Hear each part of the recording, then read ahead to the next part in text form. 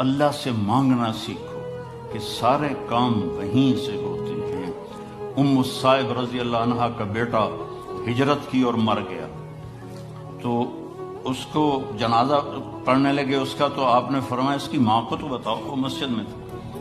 تو ان کی ماں آئی اور نابینا تھی، اور اس کے پاؤں کی طرف بیٹھ کر اس کے پاؤں پکڑ لیے، کہنے کہ اللہم انی آمنت بک طوعا وہاجرت الیک رغبۃ فلا تشمت بی الاعداء۔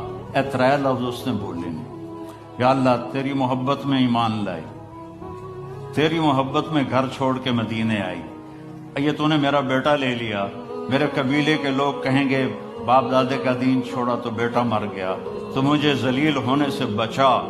تو اس کے بیٹے نے کفن سر سے ہٹایا اور اٹھ کے بیٹھ گیا، اور ماں پہلے فوت ہوئی، وہ حضرت عثمان کے زمانے میں جا کے فوت ہوا۔ دعا ایسی طاقتور چیز ہے، لیکن ہم مانگتے نہیں، ہمیں مانگنے کا طریقہ نہیں ہے۔ منت کرو، خوشامد کرو، یا اللہ کر دے، یا اللہ نہیں کرنا پھر بھی کر دے، یا اللہ